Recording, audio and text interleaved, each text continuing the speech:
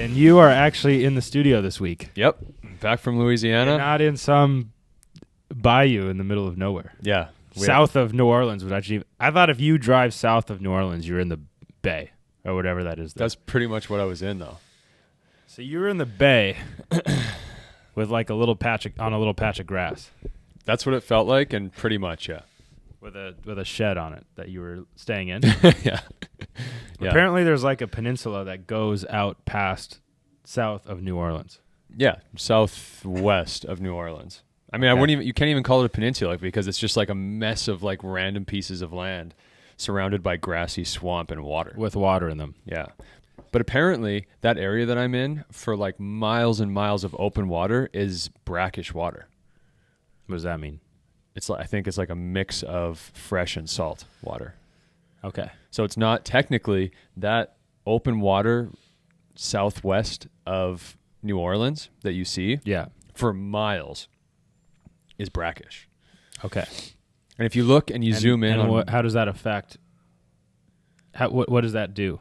I think certain fish and like probably animals, I don't know, like they either thrive in that kind of water or they can't survive in that kind of water. And see, this is where bull sharks are a cheat code because they can survive in both. Yes, they probably love brackish water. Yeah. Yeah. Apparently, yeah, they love bull sharks are a cheat code. Yeah. You know what's crazy about bull sharks? What? So if you think about it, okay, this is crazy to me, and it should be crazy to you because you're from Rockford. Yeah, there's no bull sharks in Rockford. I'd beg to differ. You think they swim up? The Red River that winds through my hometown in Canada, if you follow the Mississippi River, which is obviously, I believe, starts in Mississippi. What I'm trying to say, this is going to be way too... It feeds into the bay. Yes, it feeds... All these rivers are connected. Into the Gulf, I mean. Right, so theoretically, if a bull shark can survive in any climate, I just don't know about the cold water. I don't know if right. Maybe that's where it stops. Cold-blooded, I think, so they should be able to adapt. Right.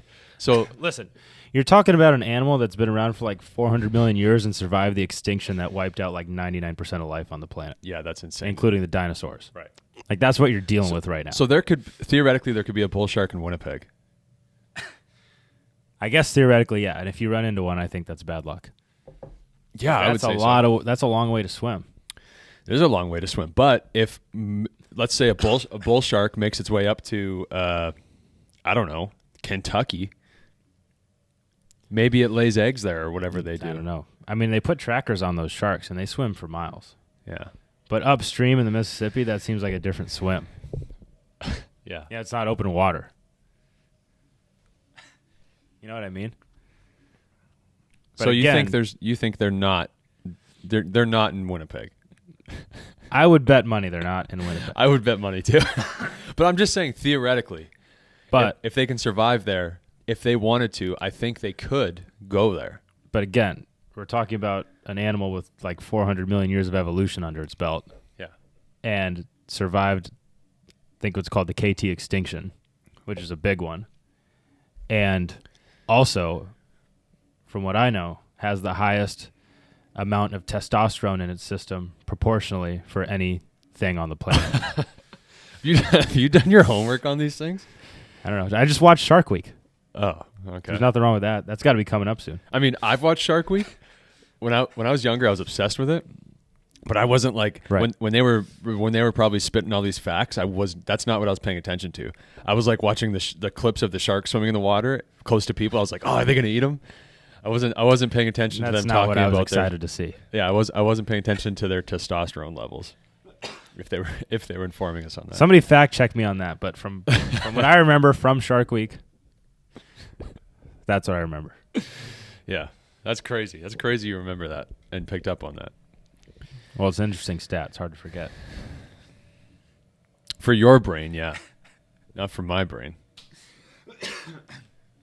Well, glad that you're back and we don't have to deal with having no Wi-Fi this time, so this will be easier. Yes, much easier, and I'm sure everything will be better quality now. But we wanted to make sure that we got that we were consistent in getting our episodes out each week. So Yeah, it was great. I think it's great.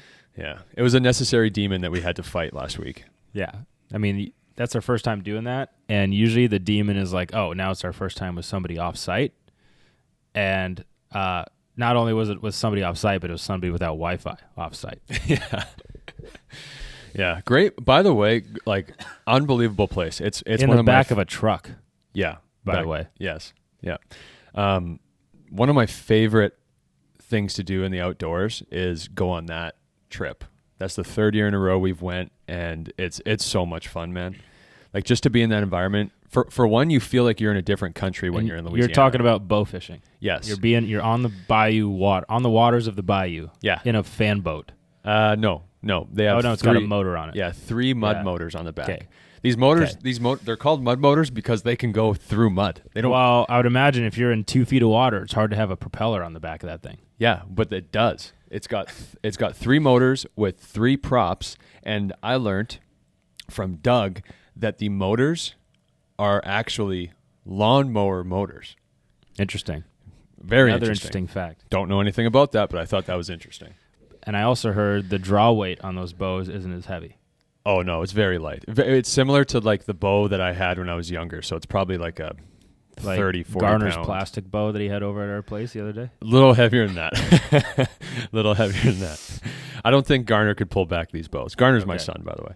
Yeah. He's a 5-year-old. I'm still finding arrows around my apartment.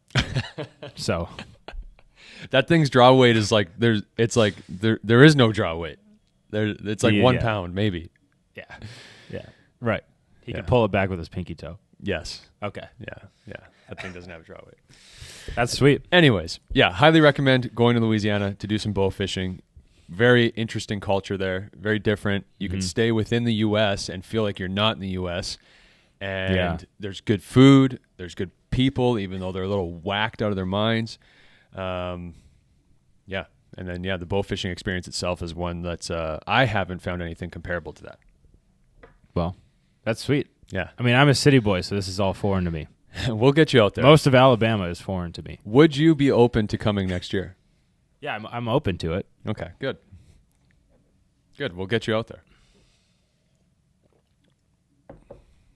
But unfortunately, a lot of things outdoors is foreign to me. Yeah, that's fine. You know, a lot of people don't like. Most people, I feel like, are raised into the outdoors, right? Right. So, like my dad and my grandfather, my uncles, they all hunt and fish and all that, right? Yeah. But there is a lot of people too that just kind of adopt it late in their, whether it's their 20s, 30s, 40s. You know? I think a lot of the people that I've met down here grew up that way. Yeah. Oh yeah, 100%. Which is where I differ. Yeah. Yeah, for sure. Being here has definitely expanded my outdoor. I don't know what you'd call it. My outdoor ability a little bit. I moved a turtle with my hands last week. What? Where? It was at Cam's house. Picked up a turtle with my hand. Really? Moved him. Yeah. Did he get mad, or did he go into his? Yeah, he went into his shell. He had dogs bothering him, and I was like, I'm getting this guy away from the dogs. So where'd you put him? They can't do anything to him because he's in his shell. Right. But I picked him up, just put him down the hill a little bit towards the creek. Yeah. Where he'd be happy. Those dogs would. They couldn't hurt him, but they could probably shake the living shit out of him. Yeah, he's probably terrified. Yeah, or concussed. Yeah. But I didn't know that turtle shells, when they go in their shell, they clasp together. What do you mean? It's like a suck. So their shell's like this. Yeah. Then they stick their head in and their legs in, and the shell suctions shut. So it's like it fits together like a puzzle piece. Damn. I didn't know that. I was like, that's the coolest thing. That's wild. That is the wild. That's the wild. These are the things I'm learning as I. Yeah. You know. I watch people pick up cicadas with their hands. I'm like, I'm not doing that. Yeah, I'm not doing that. But one of my friends did that. I don't like bugs, man. That's the one. Like, I have no problem. Like, if there's a bug in the house, and I'm like, I'm freaking out. I'll just go kill the bug. I'll grab a napkin or my shoe and I'll kill the thing. See, I always put them outside if I can. Right. Yeah. The only things I can't put outside are bees and wasps and hornets. Just because you can't. You I don't know how to risk safely handle them. Right. Well, you could just schwack the thing. Well, that's what I do. Yeah. Oh, okay. So you're saying the only bug that you kill if it's inside is something that's going to like sting you or something. Something that's going to hurt me if I try to move it. Yeah. Fair enough. I just get it's just if you end up in the Lots household as a bug, you're toast. You're done. You know? That's where you and I differ. Yeah. Uh-huh. I save any bug I can. I feel like I'm the majority of people, though. Maybe. There's not many people. I've seen you care for these bugs. Not many people do that. Like there was a tiny spider in my truck. And you got in there. Was it my truck? Yeah, it was my truck. Your truck. We were on our way to Costco. And you battled. You made sure that thing didn't die for like a 10 to 15 minute. It was a car ride. Yep. And I had to keep track of where it was. It was tiny. Yeah, but we moved it when we got there. right. Whereas I would have gotten in that truck, and it just would have been like You would have most punched people. the dash. It would have been. Yeah, it just would have been dead. Yeah. I would have smacked it with my hat. Gone, dead. Yeah. Yeah, I don't know. I did have a bee land on me this past weekend at the NASCAR race. I know that. I saw the picture It was yesterday. on my hat. Yeah. And I was like, it's a bumblebee. He's just trying to work for a living. I'm just going to let him do his thing. He's not going to bother me. And the lady next to me flicked him off my hat. He was dead. Oh, were you pissed? I was a little bit upset, but I get why she was looking out for me. I appreciate it. Okay, yeah. But I was just like the bee will fly away eventually. He's not trying to bother me. Yeah, fair enough. My question when I saw the picture, because Cameron posted, If it was a hornet, I would have been not happy. Because you think they're. I think those things do not care about you. I don't think bees care about you either. I think that they're like friendly and they're just doing their jobs, and then they feel they get in trouble, so they accidentally sting you for a second. I feel like hornets and wasps are like go out of the way, like I'm gonna go sting that guy. Okay, I was gonna say. So I saw the picture that Cam posted on Facebook of this bee on your hat. Mm-hmm. My question for you was, I think you kind of answered it, but when I saw the picture, I was like, did Cameron take that picture without and just not tell you that there was a bee on your hat? No, she told me there was a bee on me and then took a picture of it to show me where it was. Okay, gotcha. I was like, oh, it's a bumblebee. It'll be fine. Sick picture of the Hendrick Motorsports hat too. Oh yeah, with the bee on it. Oh yeah, I thought it was cool. Yeah, that's a good. You're right. That is a cool picture. Maybe the bee was just a Kyle Larson fan. He's like, all right, I'm gonna gel with my friends. Yeah, my tribe. Yeah. Before we started this podcast, we were talking about how many notes we have and how long it's going to take us to get through all these, and that we probably won't get through all these. And we just spent 13 minutes and 30 seconds talking about nature and the wild. So yeah, that's just how it goes here, man. I'm just trying to figure that out about us. We get on a roll and we don't stop. Yeah, but you're a nature guy. Mm-hmm. I'm from the concrete jungle of Rockford, Illinois. Right. So. Yeah, fair enough. I'm not. You're not. No. No. There's no concrete jungle up in St. Adolphe, Manitoba. No, I'm from the frozen jungle of St. Adolphe. Not even a jungle. It's just a frozen tundra. Yeah. There's nothing there. No vegetation. No. Just along the river. Yeah, there you go. Yeah. Which is where I grew up hunting and fishing for the most part. Yep. I didn't do any of that. It's, you know what? Okay, we got to end this, but St. Adolphe, Manitoba is a wildlife wonderland that nobody knows about. It's like a preserve. Yeah. Sweet. They've got, it's like, you're right. There's nothing there. Like, it's just fields. It's just farm fields. Mm-hmm. But like I said, along the river, which cuts through those farm fields, there's bush. Okay. So there's tons of food for all these animals. Yep. And then they just hang out along the river, quench their thirst, and then bed in the bush. Okay. And that's why I just grew up. There you go. Yeah. It makes sense. Yeah. Do not go hunt and fish in my hometown, by the way. That's my spot. Stay out of there. And if you go there, there's multiple buddies that don't live in Alabama now that will not be happy to see you. Right. To put it nicely. Yeah. Right. That makes sense. All right. All right. Well, so everything that we were going to talk about today, we know that there's NHL free agency going on. There's all kinds of stuff to get better at. There's NHL draft. But we still have so much to talk about from Game 7 of the Stanley Cup Finals. We feel like we have to give it its due diligence just because there's so much to learn and unpack from that series and those games. Yep. A lot of it's not necessarily goalie related but I mean there is some goalie notes in there. There's a good amount of goalie notes, and then there's things that affect the team, which obviously affect the goalie. Yep. And you want to build the best culture you can for your team and be part of that culture as a goalie if you want to have success and you want to win. Mm-hmm. Yeah. I think we just started right off. Get All her, right. get her going with the first note here. So we've seen some of this on social media, people talking about this. And people are saying, and I've seen this, and I'm not going to say anything yet, but people are saying that Connor McDavid is not classy for not going out with Gary Bettman to accept the Conn Smythe Trophy. Yeah. Hot topic. Said that he's not classy for that. So you're seeing most of this on what, Twitter? Oh yeah. Okay. So I've seen it as well, mostly on Twitter. I mean, they're all over social media, right? Yeah. I think I know where you stand on this, and you're obviously going to voice that. I will say. Where I stand, and I stand with you. Okay. All right. Now, with that being said, I've had a couple conversations with people who are on the other side. Okay. Where they believe that it was very unclassy of him to not go out and receive the trophy. Okay.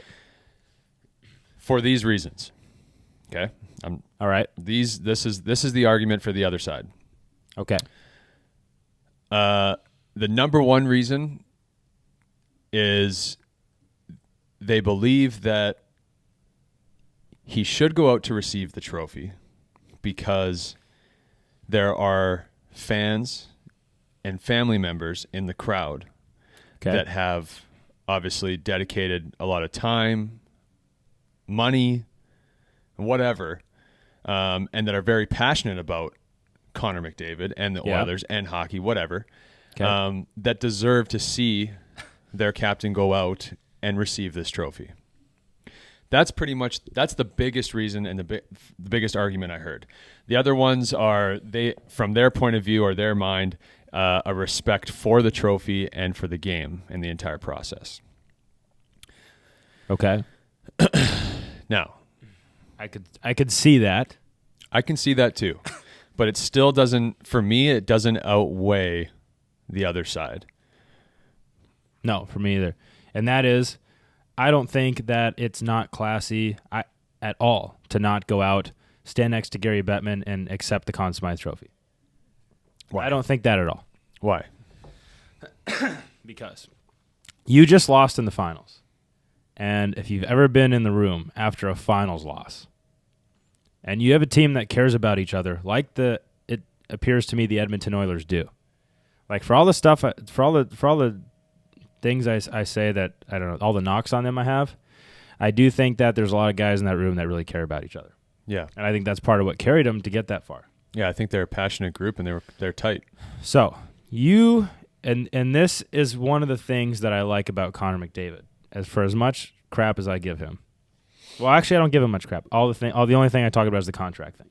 That's the only thing I don't like about that guy. And a couple back-checking clips. And there's good back-checking clips. He's the fastest guy in the league. No one should beat you up the ice. Anyways, this is one of the things I really like about him. Okay, so you just lost in the finals. You're in shock. You don't even know what happened.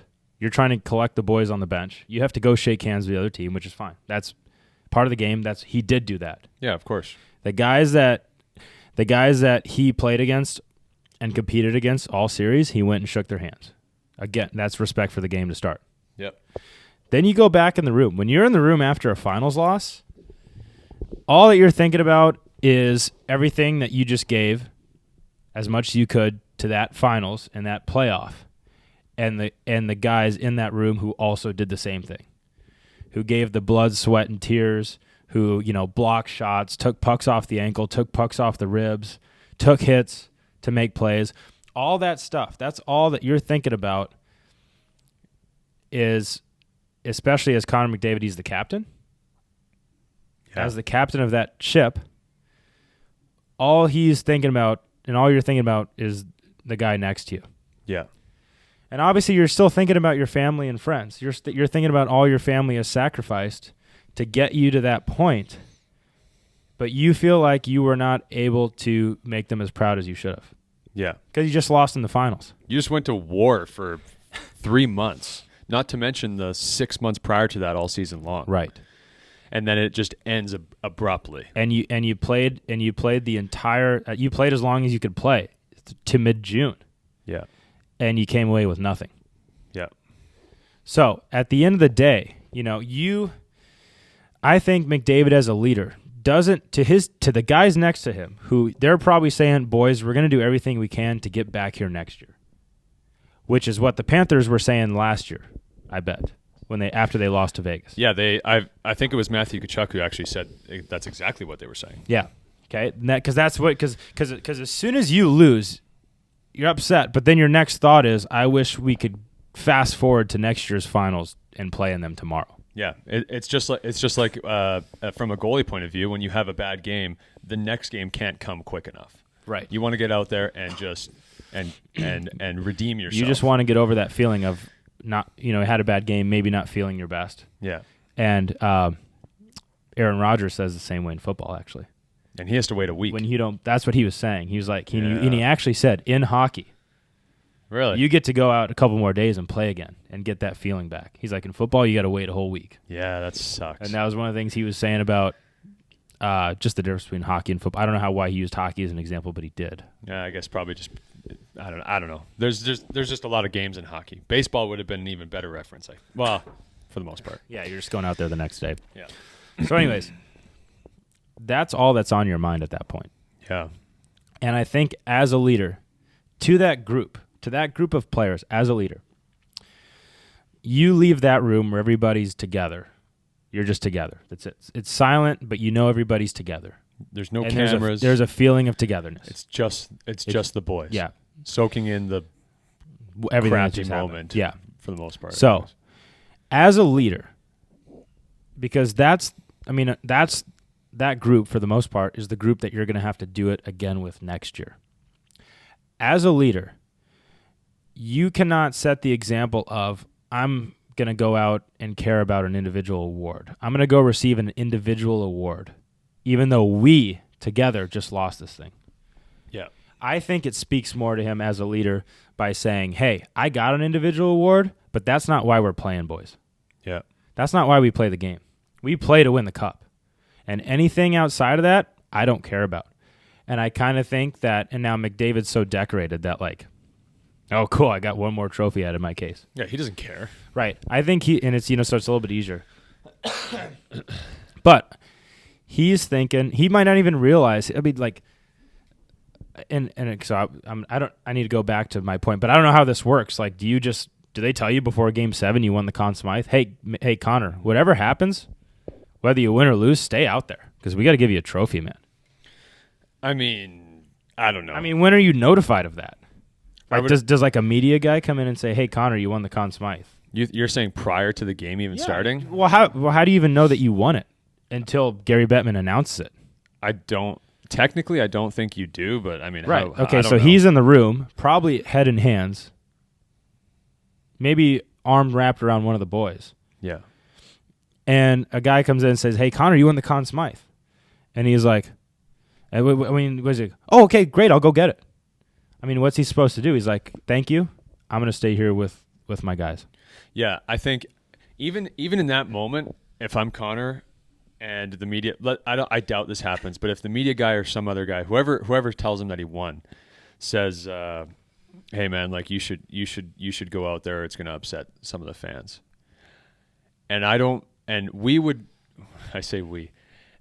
No professional hockey player would have a job without the fans. Okay, I understand that 100%. But Connor McDavid, clearly, and me, and probably most professional athletes, care more about the boys in that dressing room, than anybody else or anyone else's opinion, whether it's a fan, media, whatever.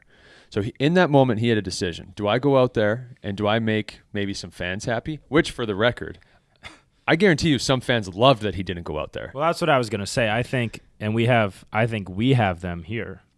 Yes. We've been fortunate. There's fans that they understand, and family, by the way, too. Yeah. They understand, okay, yes, Connor would have wanted to make me proud and do this for us. They understand that because he did. I think he did. And your family.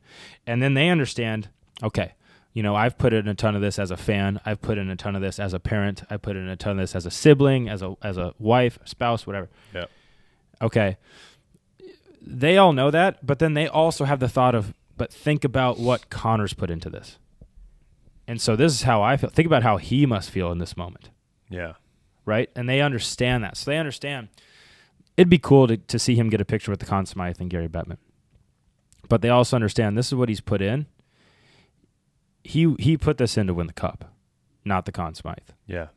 This episode is brought to you by Modern Goaltending. Modern Goaltending is hosting 2 camps this summer. Our first camp will be hosted in Alabama at the Pelham Civic Complex in Pelham from July 16th to 19th. And our second camp will be hosted in Florida at the Community First Igloo in Jacksonville from August 2nd to the 4th. Both camps include professional goalie and shooter coaches, as well as off-ice performance testing and training. Our camps serve dietitian-approved meals while also hosting multiple classroom sessions hosted by our dietitian, life coach, and video coach. The goal of our camps is to better each individual athlete by giving them new on-ice tools to work on and improve their game. Off-ice, our classroom workouts and testing sessions are designed to provide athletes with insight and information on what they need to work on moving forward in their hockey careers, while also giving them a glimpse into what it's like to be a professional athlete. To sign up for one or both of our Modern Goaltending camps, please visit moderngoaltending.com/camps. Link in description. Yeah. I think as a dad, because I remember seeing a clip of right when it was announced that he won the Conn Smythe, the camera panned to Connor's parents. And I remember I was trying to read his dad's lips, but it looked like he was like, wow, you know? Mm-hmm. And then he lifted his camera up and took a picture. Yeah. I'm assuming of Gary with the trophy. Right, which as a dad, you're going to think that's cool. But I think, and as myself being a dad, and this is how I would think of my son in this moment, is I'm so proud of him for not going out, because that shows me that he does care about the right things. Yeah. And he's with his teammates. Yeah. To further your point, I would fully understand why he's not going out to receive that trophy. It is not because he doesn't care about me, my wife, the fans, whatever. It's because he is the captain of this team. He's the leader of this team. And that trophy is not as important to him as what his entire team did not win. Yeah. Which is the cup. Which is the cup. And he needs to lead by example and show that. And it's also, he's showing it's not as important to him as the guys next to him. Right. Which, if they want to win the thing next year, you're going to need everybody. Yeah. For all we know, in that moment when it got announced, he had his arms around a bawling Stuart Skinner. 100%. You know? Yeah. Is he going to be like consoling him and then be like, hey, Stewie, give me 1 second. I'm going to go accept this personal. Right. Yeah, well, that's what I'm saying. Like, you just tell a guy, hey, sorry, man, I'm leaving. I'm going to go accept this. Yeah. This personal award. Yeah. Yeah. He's not doing that. Most people would not do that, and most people, I feel like, would understand. And you don't know also what guys in that room missed, what they're going through in that 2.5, 3 months where, from a human being standpoint, the last 9 months, you're doing nothing but being a hockey player. Everything you do in your life is with the team and being a hockey player in mind. You're not traveling to see family. No.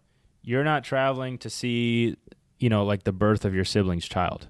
No. Weddings. Everything. Especially during playoffs. Yeah. So think about on the human beings, and I know, and we're not complaining. We're not making complaints for these guys. We're just saying this is how it is. No, clearly it's worth it because we do it. Right, yeah. And we do it for a lot less money than $13 million. My buddy's like, what do you mean you can't come to my wedding? Right. What are you doing? Right. And and it's a choice you make, and obviously they're compensated very well for it. Yeah. But they're saying, hey, I'm missing this wedding, but the guy next to me needs me here, needs me to be my best, no matter what's going on. Yeah. So you got to think about from a humanity side of things, what, for all we know, Stuart Skinner missed something, the birth of his sibling's child, who knows, right? Yeah, it happens all the time. You hear these stories all the time. And he's like, I gave all that up, and now for nothing. Yeah. And so he's thinking of, what I meant, what I could have done to play better, what we could have done to play better, all that I sacrificed, which it includes going to family events like that and stuff. Yeah. And now it's kind of all hitting you at one time. Yeah. In that moment, Connor McDavid stayed exactly where he needed to be. I think so too. And again, I know he's got a lot of individual awards, but I do feel like he cares about the big thing. 100%. I believe in that. And to me in sports, and I don't know that there's enough of this culture nowadays as much, but to me in sports, that's what you're in professional sports. That's what you're playing for. That's why you play. Yeah, I think for the most part in sports, that culture is still there for the most part. Clearly, I mean, let's put it this way. Whether it was McDavid and the Oilers or any other team in the NHL and any other captain, if that captain went out there and accepted the award, I would have been shocked. Yeah. And there would have been more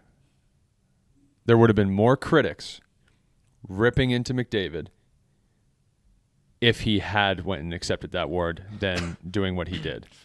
You got to think so. And I don't want for this to sound selfish, like, nobody else matters. It's just about the guys in the room. That's not it. It's, to me, it's almost a less selfish thing to not go out there. Yeah, as a fan, I feel like I would just be like, oh man, that's like I'm happy this guy's my captain. He cares about this team. Right, because you got to think, I'm heartbroken as a fan, obviously, for sure. I mean, imagine how Connor feels. Sorry. Yeah. But imagine all the stuff, all he knows that he's put into it. Imagine how he's feeling. Yeah. Yeah, he had the weight of a city and, quite frankly, a country. Canada. Yeah, on his shoulders. Yeah. And even more so than that, because if you're just a fan of hockey, a lot of people were just cheering for him because it's like when, I don't know, who's another big-time Michael Jordan. The entire country wants him to win because he's Michael Jordan. Yeah. For the most part. Yeah. There's going to be some people that disagree with that. Yeah. Because there's always those fans too that are like, I don't know what it is, but whenever someone's like insanely good and dominant at their sport, they cheer against them. I've never been that fan, but that fan is out there. Me either. I just ask that if you're insanely good and dominant, that you have a team-friendly contract. Right. Yeah. Yeah. That's it. Mm-hmm. But I think that's rare. That's rare these days. That's part of what I'm saying. It's all about winning. Mm-hmm. That goes into that's the culture thing I'm talking about. So do you think he regrets that contract? That's a good question. Because I try and put myself in his shoes. What if I make 10, we have $3 million, and I give it to a Nazem Kadri? Yeah, well, that's what I'm saying. But is he thinking that way, or is he looking around the room at a bunch of guys that he believes were good enough to win?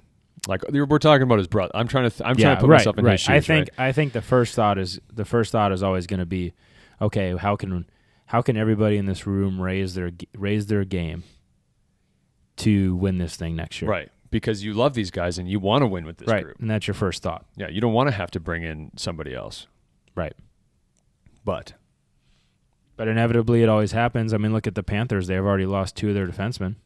Yeah. At least 2, right? Montour went to Seattle. There was OEL. Where'd OEL go? Don't remember. He didn't sign with Florida? No. He's gone. Okay, so they've already lost 2 of their cup-winning defensemen. And a forward. I just can't remember who it was. Blomberg? Yeah, maybe. Yeah. He went back to Calgary. Did he really? Where he started, yep. Yeah. So, I mean, it happens. But imagine, okay, so I was listening to the radio, the NHL Network, yesterday, and they were talking about exactly this. But what sparked this conversation was the fact that they had to sign Sam Reinhart. But they were talking about how Rhino took a discount. Did he? So imagine if he didn't.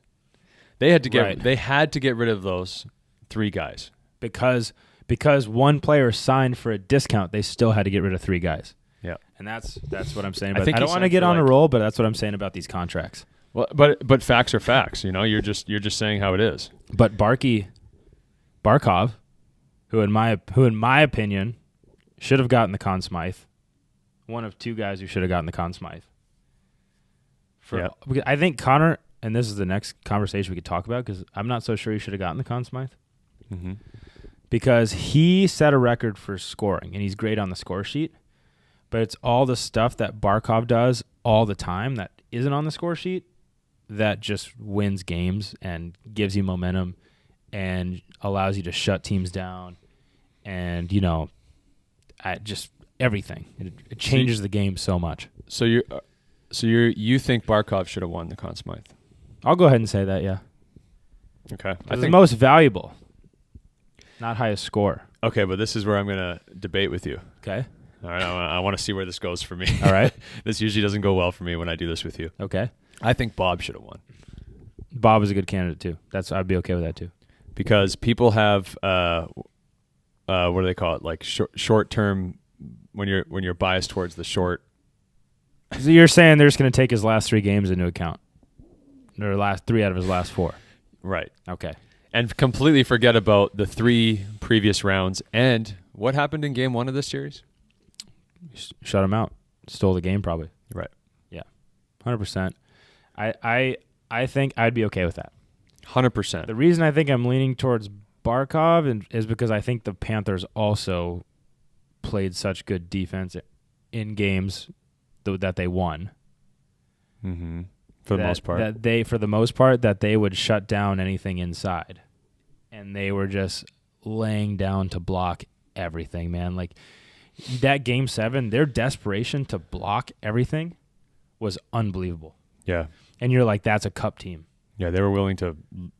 This might sound dramatic, but they were willing to die to win that cup. Yeah, Bob was on his side in the net, and we had 2 Panthers diving into the shot lane to eat a puck from Evan Bouchard and ended up hitting Lusterainen in the ribs. Yeah. And you're like, that one hurt, but he Sick. knew going into it was going to hurt. Yeah. Did you see the picture floating around social media of Bob making that on his side glove save? Yeah, and it's amazing. Yeah. Because he's not even looking at the puck. He just uses the force to sense it. He's like, yeah. Just put his hand there. It's Dominic Hasek, man. I was like, yeah, that's Is he a modern day Dominic Hasek? Bob.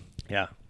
I don't think he can, again, and I'm saying this because it's definitely not in my toolbox. Yeah. I don't think he could play the way Dominator played and stop as many pucks. Agreed. That guy is just a different breed. But I think when I say modern day, I mean not only modern day, but the closest we got. Maybe. Because nobody, Dominator won, 5 Vezinas? 6? Don't know. So. Sounds right, though. Bob I know it's a high Bob number. has 2. Right. I'm not saying I'm not saying he's the Dominator. Now, No one's the Dominator. nobody really wins Vezinas like that anymore. Unless Dominator and Ken Dryden, who also has 5, were that generationally good that there's just been no one that's been that dominant at the goalie position since the early 2000s. Yeah. Speaking of Vezinas. Think about that. Yeah, that's crazy. Speaking of Vezinas. This morning, first thing I see when I wake up in the morning is someone sent me a Instagram post from the Winnipeg Jets. Do you know which one I'm talking about? I didn't see it. Okay. I don't follow the Jets, though.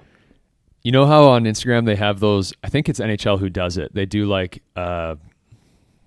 Hayden Stewart's top 5 goalies in the NHL. And they post an image of, it would be an image of you, and then it would be 5 images of your top 5. Okay. 1 through 5. Have you seen those? Oh, so it's Connor Hellebuck's top 5 in the NHL. No. The Winnipeg Jets posted this. Okay. It was Martin Brodeur, Yep. his top 5, Yep. Henrik Lundqvist, Yep. and somebody else I can't remember. Yes. All 3 of which did not have Connor Hellebuck in their top 5 current NHL goalies. Okay. And the Winnipeg Jets posted that. I Okay. thought that was nails. That's so awesome. And then, sorry, one more point before you go off on this. The last picture, so it was one of those Instagram posts where you slide it and there's multiple pictures. Yeah. The last picture was just Helly with his Vezinas. Okay. That's nails by Winnipeg.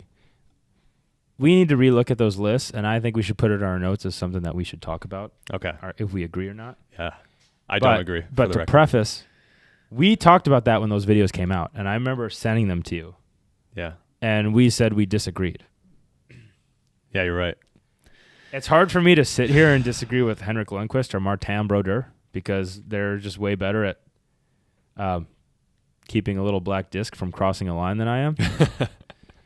So I don't want to. I don't want to say I know more. I don't because I don't. No, but you're not saying that. You're just saying you disagree. I just saying I disagree. Yeah, I have the right to do that, strongly right? disagree.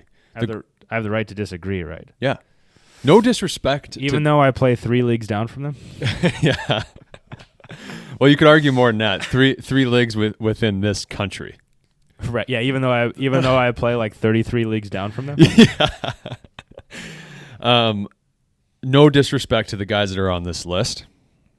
But man, there's some guys on this list that I think don't even come close to hell. Okay. Here's what we have to do. We need to put this in our notes. Okay. And we have to do a segment. It'll probably take 1 full episode of us breaking down those lists. Okay. That sounds good. So we should get off of it and continue on where we're going here. Table that. Yeah. All right. Table that. Sorry, that's a bad habit of mine. When something hits my brain, I'm like, wait, I remember something. Yeah, right? but that's right. But you don't know when it's going to hit your brain. And you don't and once it leaves your brain, you're not going to remember that it hit your brain. It's gone. It's gone. So you kind of have to say it right now. Yeah. And I can write it down because I know that I'm going to forget it, but if I write things down, I'll be okay. Yeah. So, Anyways. circling, taking a huge circle, all the way back to McDavid, I don't think it's not classy of him to not be out there to accept the Conn Smythe. Neither do I. I think if I were in his position, I would have done the same thing. Yeah. I understand the other side's reasoning for being upset with him. Okay, yep. But me personally, I wouldn't be. I mean, frankly, you and I have lost in a finals. That's not the Stanley Cup finals, so it's not as big a stage. But we can say what the room was like after that with a bunch of guys who care about each other. And so just taking the experience from that and what that room is like, someone getting announced as getting an award and then leaving that room, I feel like anybody would be like, I just don't want to, man. Yeah. I could not imagine. You just don't want to. You just want to be with the guys who have been next to you for the last 9 months. I couldn't imagine in that moment someone getting up for really anything. And it's like, right. And because you don't even get undressed. You don't move. For a long time. You're not undressed for a long time. No, because you're just sitting there stunned. Yeah, you're stunned. You're paralyzed. Right. You can't move. So, and, you could say, well, maybe they shouldn't have gotten off the ice, but like, again, he's not told before the game, hey, Connor, even if you lose this cup, man, you're getting the Conn Smythe, so stay out there. Right. They don't tell him that, I don't think. He's I don't man, think. I'm trying to work on winning the cup tonight. But even if they did, I got to think Connor was like, shut up. Like, I don't care. Right, I'm going with my team. I'm not talking about this right now. I'm going with my team. Like, what are you talking about? Yeah. Conn Smythe, I don't care. My team and those human beings in the room with me are just what I'm thinking about right now. Right. How did I let them down? Where could I have been better? The guys next to me. How did I let them down? Yeah. Where could I have been better? Mm-hmm. And, then you go into the offseason with, okay, we're all going to raise our game, and next year we're going to be back here. And that's exactly what the Panthers did, and that's pretty cool. Yeah. And they won. It's like the Last Dance where the Bulls are just getting stomped by the Pistons. Can't beat them. Yeah. And they're like, everybody's going to be in this summer. We're gonna have the most committed summer we've ever had. We're going to work out together. We're going to train together. We're going to be a team all summer. Mm-hmm. And then, I think they ended up getting past the Pistons and winning, was it 6 and 7 years? Something like that. 6 and 8 years? Yeah. Is that any good? 2 3-peats in a row? Yeah. I don't know. Double 3-peat. Yeah. And the one year they didn't win was because Michael Jordan retired. Michael Jordan was in Birmingham, Alabama. Yeah. Playing baseball. That's right. Go Barons. Go Barons. Yeah. All right. I don't have much else to say. I think people understand our opinion on things. I got to think that what I do hope is that if someone was on the other side of this, at the very least, we've given them an understanding of our side. We've had even though that they're not here to discuss, it feels like it's just a discussion between two sides, and hopefully we've given them a good discussion. Right. They still might not agree with us that he did the right thing, but hopefully they at least understand. If they don't agree with us, I hope they absolutely shred me and us in the comments. I'd love that. Me too. I like that. I know two guys that will, or that would. They might not do it, but they would. Okay, good. Sorry, Caleb. But maybe he'll change his mind. Yeah, you never because know. when him and I had this conversation, we were sitting on a boat, clipping at probably like 45 miles an hour on the edge of this boat, and it half like we're like wind in our face. We're like, I think you should have taken a Conn Smythe. What? Pretty much. That's pretty You're like choking on a bug that just flew in your mouth. And because it's on a bayou, it's like a beetle that's 6 inches wide. Yeah, exactly. It weighs. You just had a 10-pound dumbbell fly into the back of your throat. At that moment, I'm like, yeah, totally. Let's just stop talking. Let's just get to where we're going. No, but for That's me, awesome. That conversation I had with Caleb, he's very smart, and he articulates things very well. Yeah, and I don't at times. So often, what I do is I listen. That's good. And at times, I might seem like I'm agreeing with everything you're saying. Right. When I'm saying like, yeah. You're trying to absorb everything. I'm trying to absorb. Yeah.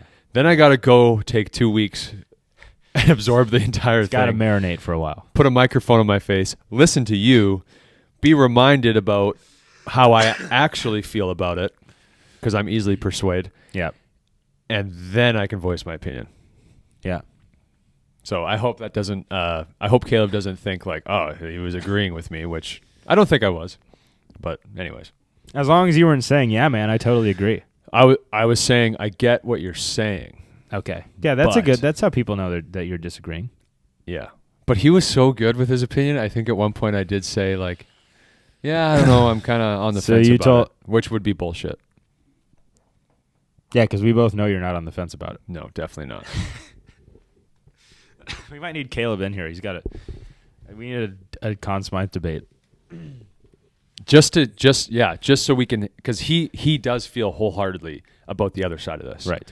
So it would be cool. Respect. And he, like I said, he's a smart kid. He articulates things very well. It would be cool to hear him voice his opinion. Yeah. But he's not here, so it's not happening. Sorry, Caleb. Get your own podcast. You can do it on your own time. Yeah, get your own podcast, and you'll have 12 people watch it, and we only have 8. Yeah. So you'll actually do better, and then you should talk about it. Right. Yeah. And we might have 7 after Caleb unsubscribes. Yeah, we actually lost one. Yeah.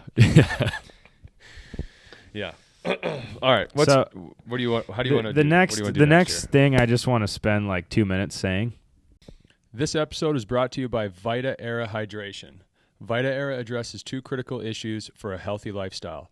First, throughout your day, you lose essential vitamins, minerals, and electrolytes. Whether you're taking a walk, working out, or engaging in any energy-intensive activity, Vita Era replenishes these nutrients without the processed sugars and artificial additives like sucralose or aspartame found in many hydration products. Instead, Vita Era uses stevia, one of the healthiest natural sweeteners, to provide a refreshing taste. Second, with 60 to 70% of our bodies made up of water and 75% of people chronically dehydrated, it's showing that we're not drinking enough water. As an additive to water, Vita Era encourages you to increase your water intake. Vita Era is a 3-in-1 solution. It provides your everyday essential vitamins and minerals, green tea for enhanced performance and recovery, and electrolytes to maximize hydration efficiency.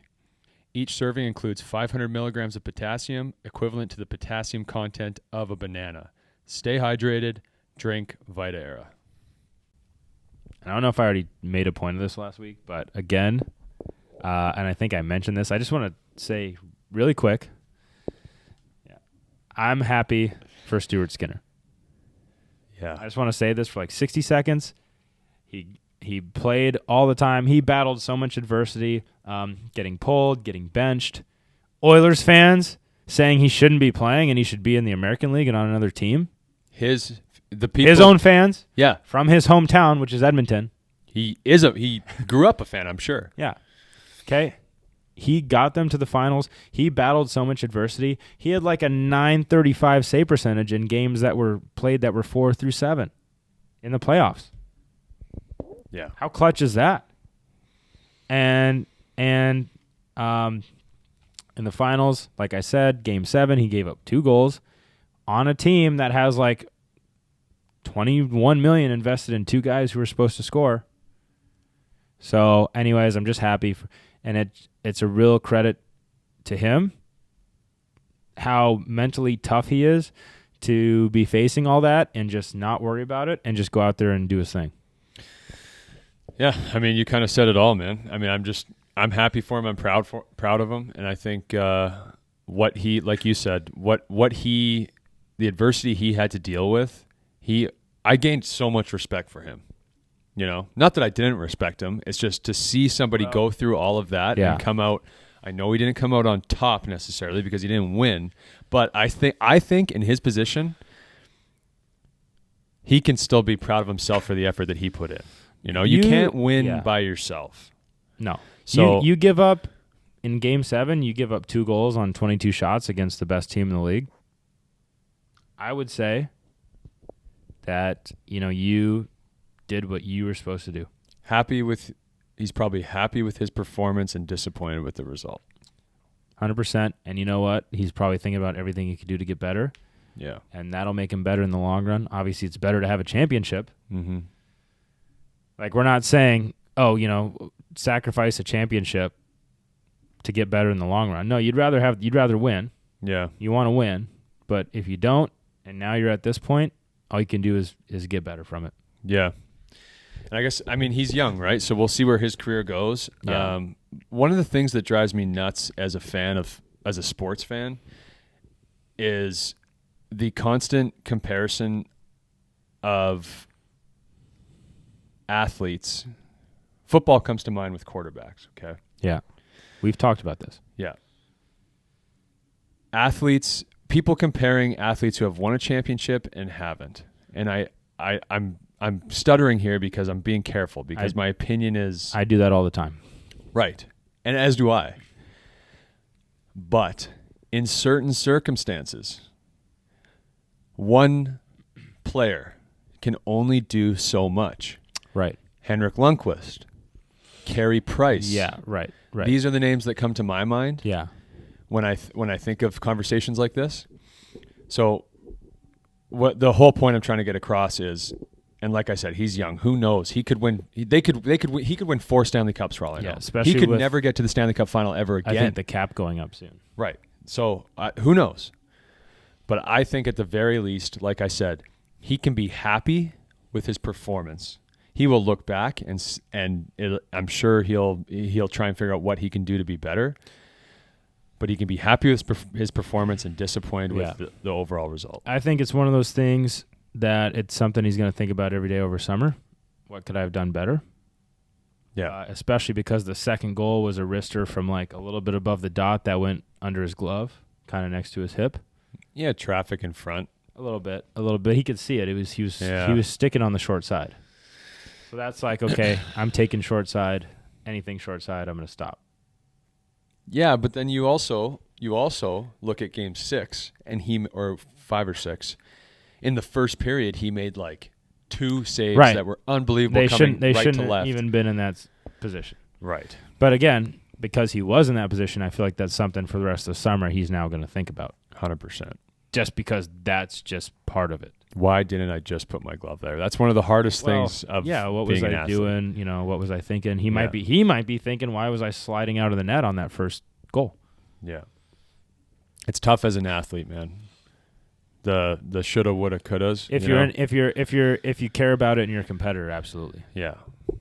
That's all you think about all summer. But to a certain degree, you gotta also, the summer's one thing, but to a certain degree, you gotta eventually let that go. Which for next season, yeah. Which, like we said earlier, it helps when you can play another game. Right. I think it's hard to have one without the other. Yeah. Like it's hard to be a competitor and not think about that every day. Right. Over the summer. Yeah. I think it's a Moneyball quote where it's like, no one's happy unless you win the last game of the season or something like that. And you shouldn't be. Right. So there's a lot of athletes like Stuart Skinner. Almost all athletes are like Stuart Skinner, where it's like, okay, they didn't, like, they're going to be thinking about what they could have done at the high. Yeah, at the highest level. Yeah, at the highest levels, professionally, absolutely. Yeah. So yeah, no, I'm happy for Stuart Skinner. Obviously, I think this playoff run put his name on the map, and people respect him a lot more now because of everything that he did throughout this playoff run. As an Oilers fan, I got to be happy. Yeah, me too. Especially with all the goalie struggles they've had. Oh yeah, I mean they just bought out. Did they buy out Jack Campbell to move him? I was going to ask you about that. They must have, because Detroit signed him for like just under $1 million. Right. So I'm pretty sure they bought him out. So I missed that. They might still be paying his salary. Yeah. And so that means he played well enough for their front office to be like, we have confidence in this guy. He's the guy. Yeah. Now I could eat my words if he's traded in 2 hours. But you never know. But he won't be. He's their guy. But in my opinion, he's their guy. There's no way after what he just did that they're going to be like, okay, this offseason, he's gone. He's not going anywhere. Right.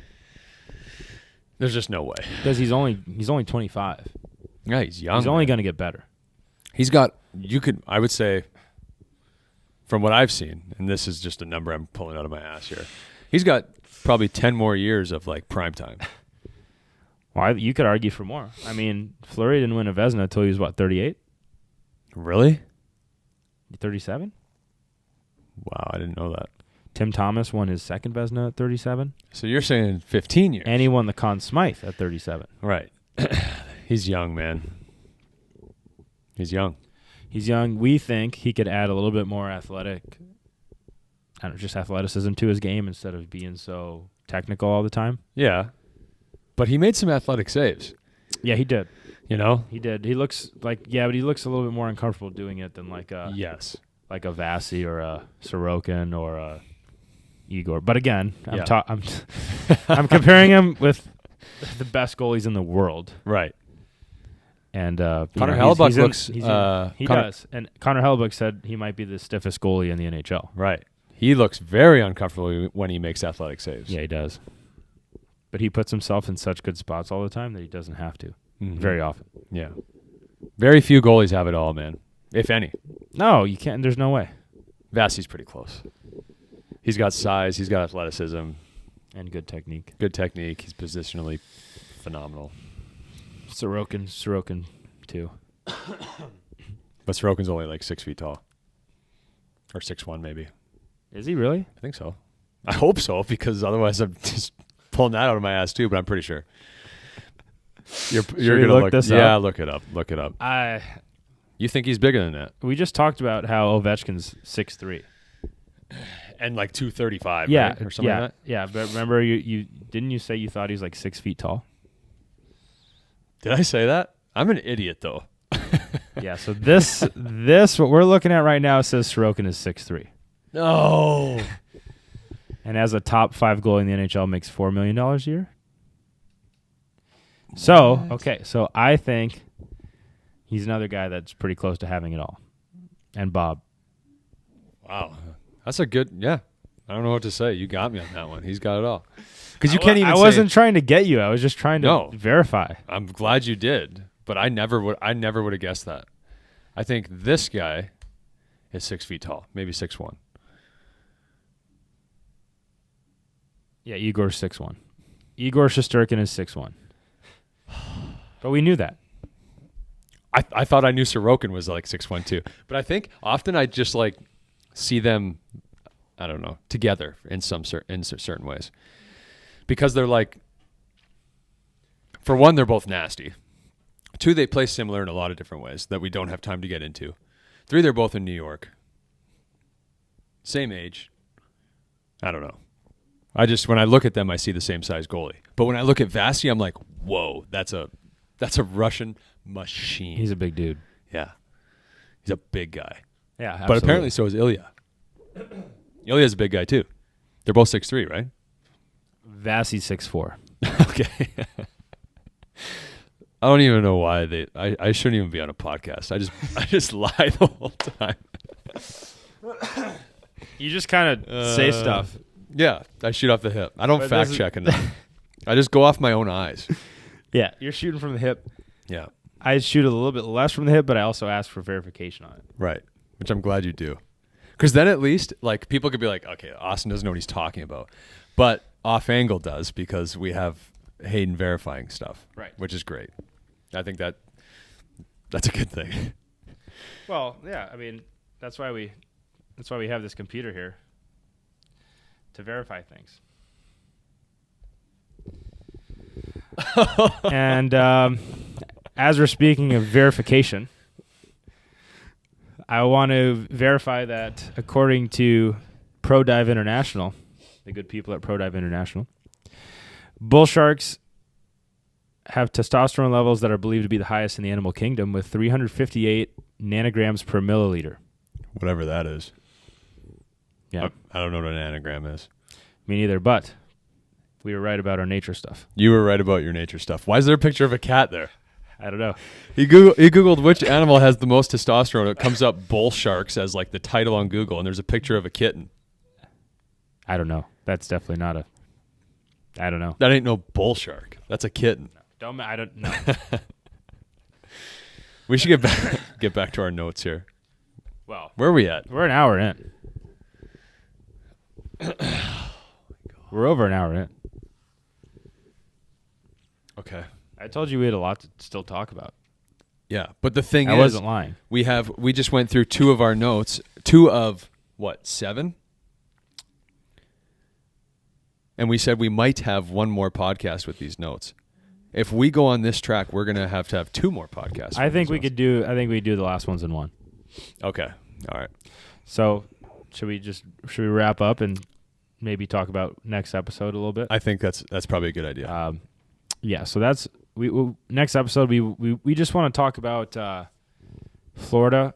Well, first of all, we want to talk about Bob and how he was able to bounce back, and as a goalie, mentally, how do you bounce back after getting shelled for 3 games? Well, apparently your head coach tells you not to come to the rink. Right, that's part of it, and Yeah. we got to talk about that. Yeah. Then we want to talk about just you watched Florida's post-game interviews, some of the things those guys said about their mentality, and maybe their change in mentality in games 4 through 7, Yep. and how they brought it back so that they could focus and get it done in Game 7. And I will say, in Game 7, the Panthers look like the Panthers. Yeah. And then we just want to talk about some of the characteristics their team had that allowed them to win the cup. And that's all to say, just as goaltenders or as athletes, or what you're looking for, in a team, if your goal is to win a championship. Yeah. I'm very excited for next week's episode. That'll be a good one. This is going to be, I mean, the Bob thing bouncing back. That's a topic that's going to be a big one that's right. Going to be a long topic. And at the end of the day, we're a goaltending podcast, and that's something that's very important and relative to goaltending, which is great. Yeah, it's not so much bull shark talk; it's more relative to goaltending. You know what? We're not actually too bad on the bull shark talk either. We might have to start just modern nature, modern bull shark. So, yeah, that's going to be big because it's so hard to rebound if you've had a game or a couple games or 3 games. Yeah. Where even if you don't get shelled, you don't feel like you're playing your best. How do you bounce back from that? Right. And so that we're going to be really excited to talk about that. And then obviously the characteristics of the Florida Panthers, and yeah, you looked at these notes and without spoiling, were able to paraphrase things. You know what I mean? I can't. So, but no, there's some good stuff coming next episode that is team related, but obviously, for obvious reasons, the team directly impacts goaltending as well. Yeah, so. I mean, unfortunately, as a goalie, you can't do it all by yourself. Yeah. Even though if you're a goalie that's competitive, you feel like you can and you want to. Right. And that is where you can get into trouble because, like we talked about on episode 1 or 2 or maybe never, Hellebuck got in trouble in the playoffs feeling like he wanted to really be there for his team and do everything he could Yep. to win the games for them. He's trying to do You can't too think much. like that. No. Yeah. You can only do so much, man. That's all I got. That's all we got. My brain's done. Is your brain mush at this point? Yes. It's mush. Man, it's like we're over an hour into talking. Your brain looks like that Louisiana Bayou right now. Yeah. You need a mud motor to get through that thing. Yeah, yes. And then some with a lawnmower motor on the back of it. 3 of them. I trust those motors more than I trust my truck engine. Really? You trust those motors more than you trust a stock car motor? Yes. Okay. Fair enough. Has a stock car ever got me through a torrential downpour thunderstorm? No, it hasn't. These things have never failed me for 3 years. You were stuck in the middle of a pond with a thunderstorm overhead? No, in the middle of the bayou, whatever you say it. With a thunderstorm overhead. Last year, yes. Okay, last year. The captain put the boat onto the land at clipping 50 miles an hour. And the motors went right through it. That's sweet. We're cruising. We can't see. I'm shaking uncontrollably. You're boating on grass at this point. Yes, for like a those millisecond. Those propellers are cutting through grass. Yes. You could have boated all the way home from there. We did. With that motor. No, I'm saying to Birmingham, Alabama. Yes. With the proper fuel, yes, we could. Okay, yeah. Good. Yeah, I trust those things, man. They've gotten us through some muddy situations. Yeah. Well, that's all we got for today. It's I think the good thing about today is we talked a lot about team culture and what it's like in the room. Yeah, which is very important to us. Important to us, important to teams. It's important to if you want to build a good team, it's just so critical. If you want to win a championship, which is professionally why you play, and a lot of times other leagues that aren't professionally, youth, everything. I mean, nobody wants to lose a championship. No. Sports are based around winning it. Right. And you can't do that without the right culture. Yeah, 100%. All right. right. Well, that's all we got for today. Thank you, everybody, for listening. And, next week's going to be a good one, man. Thanks for this thanks for joining us on this roller coaster of a journey. From bull sharks to team characteristics and culture. Yeah, nature, wildlife. Yeah. All right. Take care, everybody. Thank you.